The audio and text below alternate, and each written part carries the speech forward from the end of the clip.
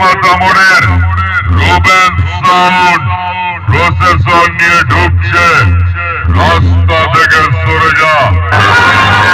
সালা মটকা গরম হয়ে গেলে না তোদের বুকের ওপরে আগুন ছড়ানো বেশ মেরে তোদের নিচে ডিম দুটোকে সেদ্ধ করে তোদেরকে খাইয়ে পাঠিয়ে বলে সালা। আমাকে চিনিস তো?